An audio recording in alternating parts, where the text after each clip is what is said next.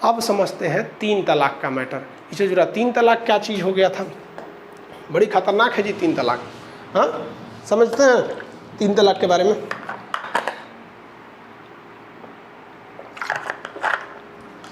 देखिए ध्यान से, मुसलमानों के लिए अलग कानून, हिंदुओं के लिए अलग कानून आज भी लागू है। इसकी शुरुआत की थी लॉर्ड कॉर्नवालिस ने। उसने हिंदुओं के लिए अलग कानून बनाया, मुसलमानों के लिए अलग कानून बनाया। ऐसे धीरे धीरे चलते आए, जिसमें हमेशा कुछ ना कुछ सुधार होता है। और इन लोग को लीगल भी आज भी मुस्लिम कानून लागू होता है और हिंदू कानून भी लागू होता है, आज भी लागू होता है। अब थोड़ा समझते हैं 3 तलाक के बारे में। निकाह क्या है? मुसलमानों में विवाह को निकाह कहते हैं। निकाह मतलब होता है इकरारनामा, एग्रीमेंट। तो एक्चुअली में इस्लामिक परंपरा के हिसाब से मैरिज इज एन एग्रीमेंट। इसलिए जब निकाह होगा ना, जैसे मान लीजिए मेरी शादी होगी तो हमसे मौलवी साहब पूछेंगे कि आपको फलां लड़की के साथ बिना किसी दबाव में, और जो अगर मान लीजिए वो दहेज दे रहे हैं, कैश पैसा दे रहे हैं, तो वो बोलेगा कि उन फलां लड़की का नाम बोलेगा कि इस लड़की के साथ आपको निकाह कबूल है।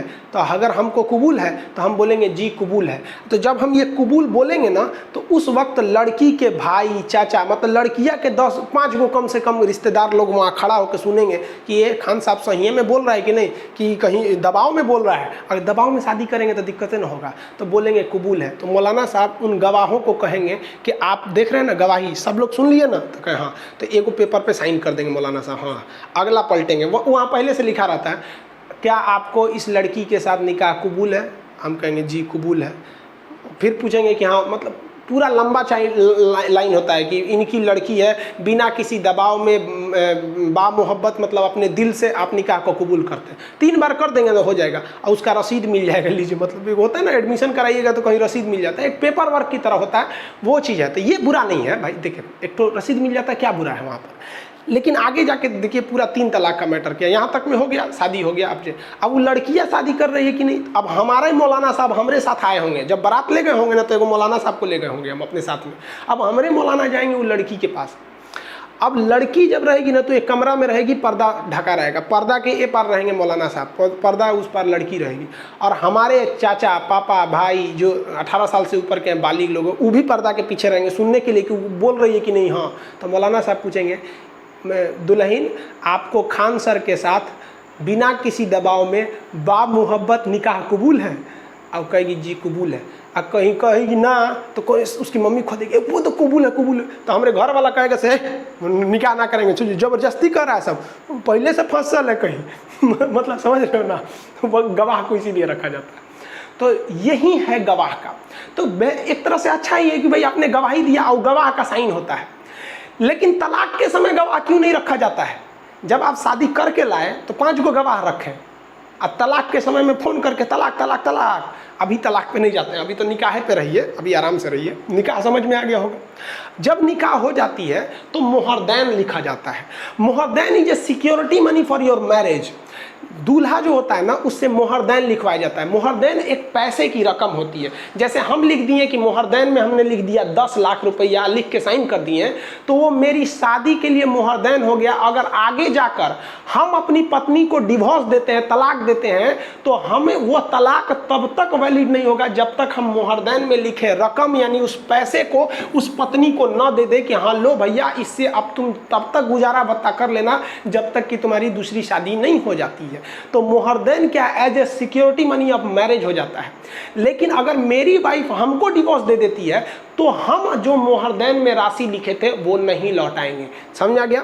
मोहरदैन एक पैसे की रकम होती है। अब जब शादी होती है ना, तो लड़की के घर वाले क्या चाहते हैं कि मोहरदैन को हुमच के लिखवा दे ससुरा 2 करोड़ रुपया मोहरदैन कब 2 करोड़ होगा नहीं करेगा कि तलाक देगा, लेकिन वो 2 करोड़ लिखता नहीं है। अरे मोहरदैन तो हम देखे हैं लोगों का 15-15 हज़ार रुपये लिखाता है, एक जना 35,000 लिखते हैं।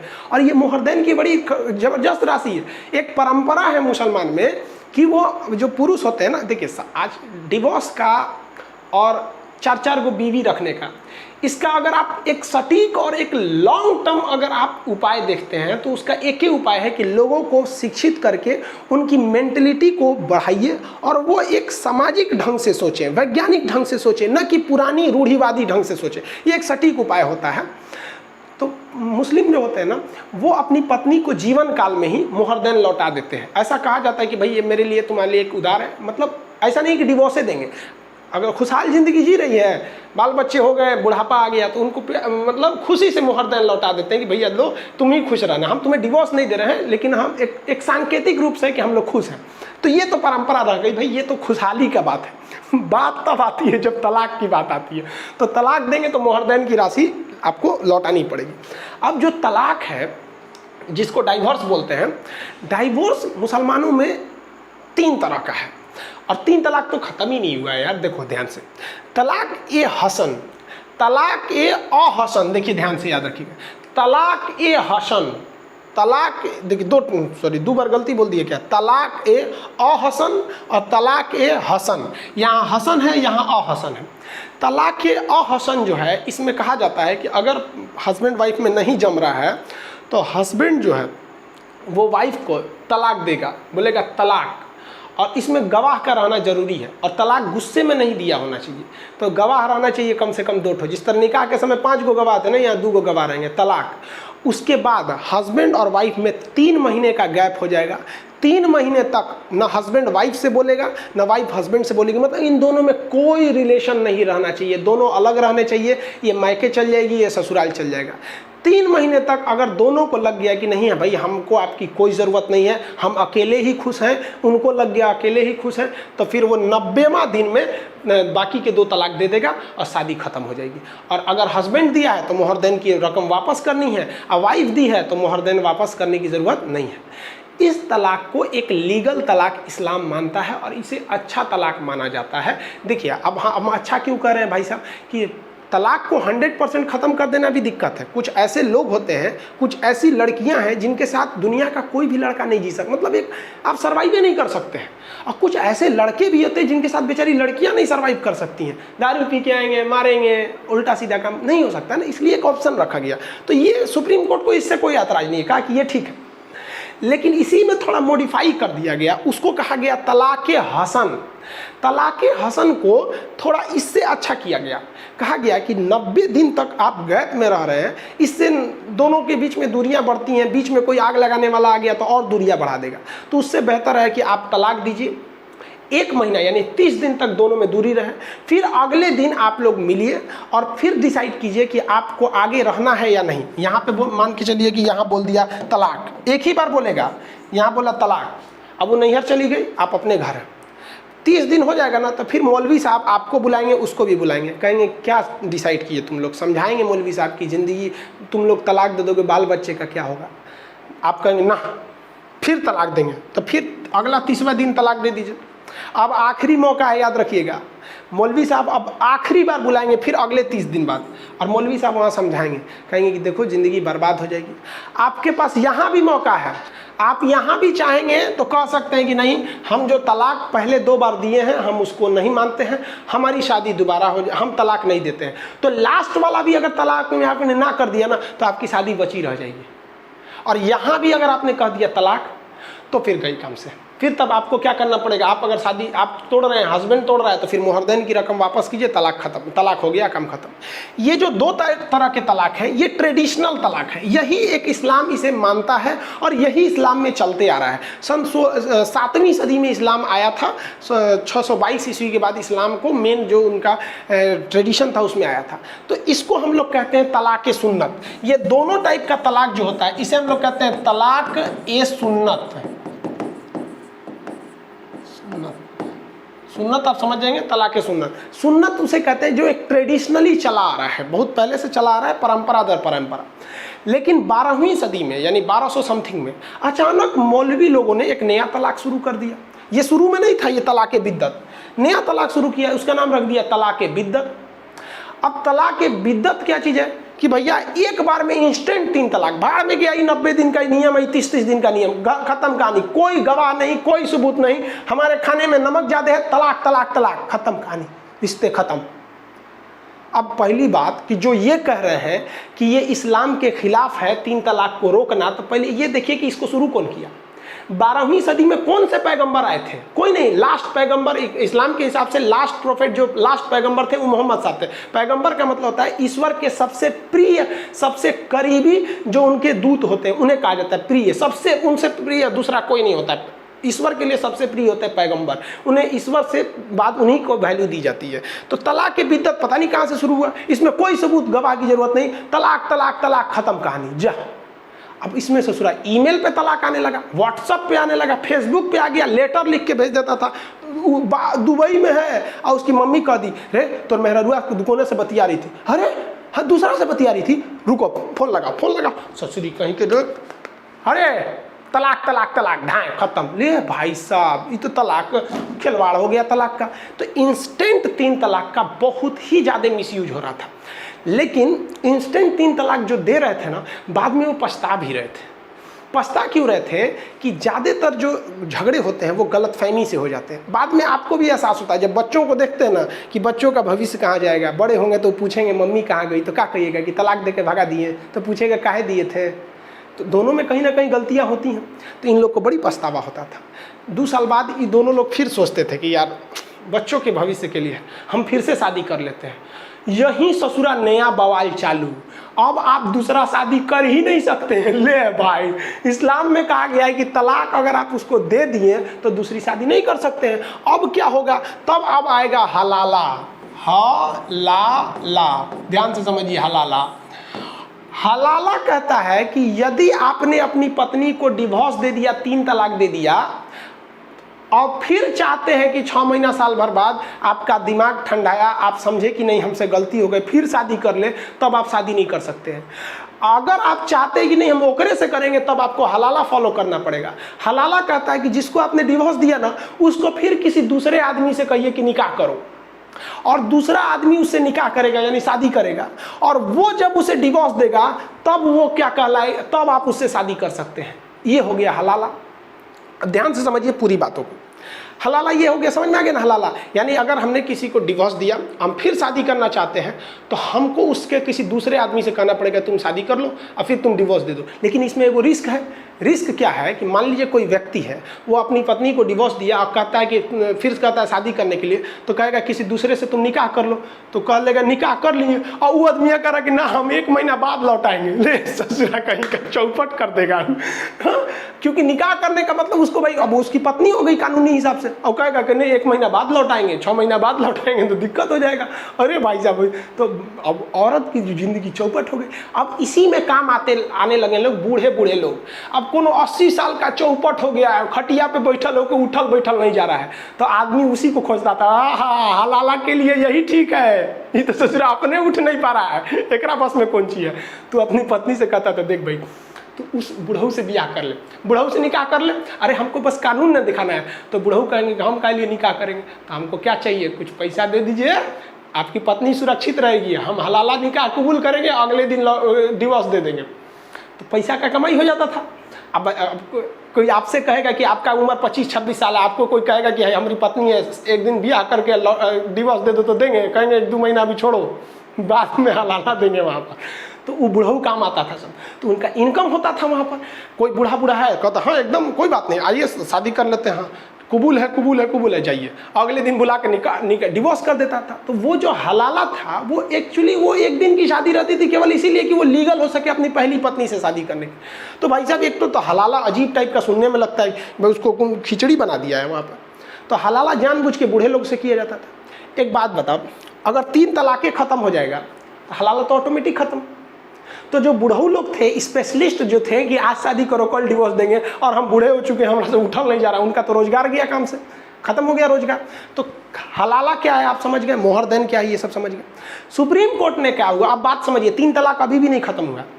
ये बड़ी खराब कानून चल रहे थे सब, जिसमें तलाक के बिद्दत जो था, तो ये तो भाई बाद में आया था, इसको पता नहीं किसने लाया, पता ही नहीं है आज तक किसने। अब इसके बाद जो सुप्रीम कोर्ट में वर्डिक्ट चला गया, केस चला गया सुप्रीम कोर्ट में।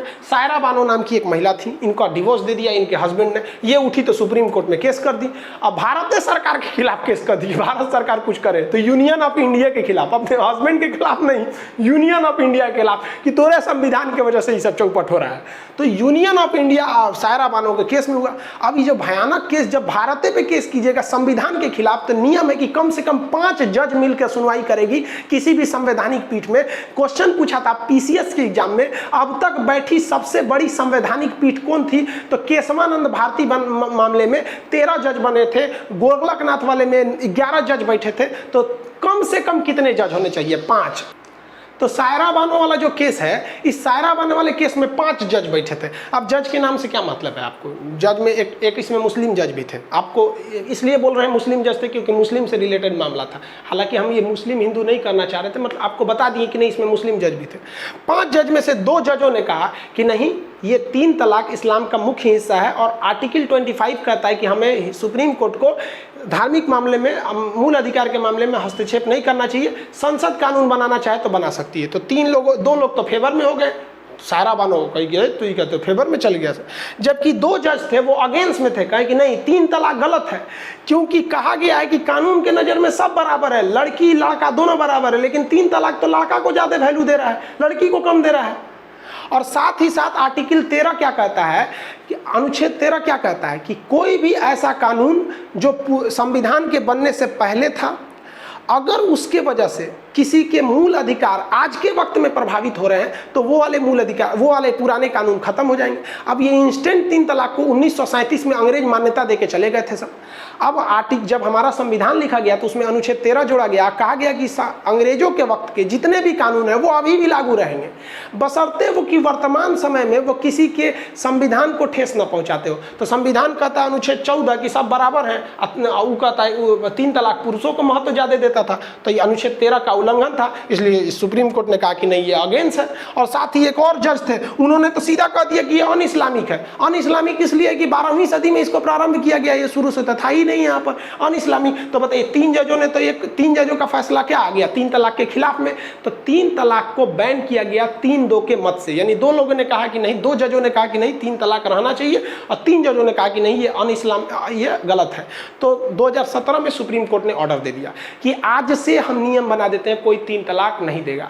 और उसने सुप्रीम कोर्ट ने किसको आदेश दिया 2017 में कि संसद को आदेश दिया कि आप इसके लिए एक कानून बनाइए। हम तो बस ये बोल दिए कि आप 3 तलाक नहीं दे सकते हैं, अब आप ये कानून बनाइए, क्योंकि कानून बनाने का अधिकार संसद को है कि अगर कोई 3 तलाक दे देता है तो कितनी सजा दी जाएगी, किस किस प्रोसीजर से उसे गुजरना पड़ेगा। ये सुप्रीम कोर्ट नहीं ना बनाएगा, ये तो जनता का कानून बनाता होता है। जनता अपने लिए चुन के भेजी है सांसदों को, वो कानून बनाएंगे। तो 2017 में आया, अब गवर्नमेंट को मिल गया मौका, क्योंकि 2019 में चुनाव था।